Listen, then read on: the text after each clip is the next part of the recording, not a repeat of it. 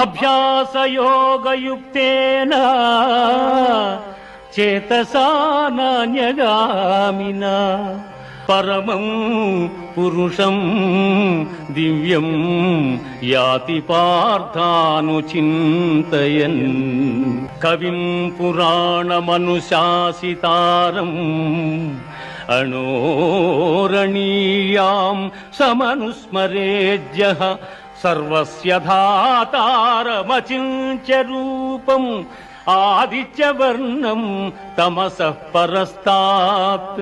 అర్జున, ఎవడు అభ్యాస యోగముతో ఏకాగ్ర చిత్తమును దివ్యరూపుడైన మహాపురుషుని స్మరించును అట్టివాడు ఆ పరమపురుషుని చెందుచున్నాడు. ఆ మహాపురుషుడే సర్వజ్ఞుడు, పురాణ పురుషుడు, ప్రపంచమునకు శిక్షకుడు, అణువు కన్నా అణువు, అనూహ్యమైన రూపము కలవాడు, సూర్యకాంతి తేజోమయుడు, అజ్ఞానాంధకారము కన్నా ఇతడు.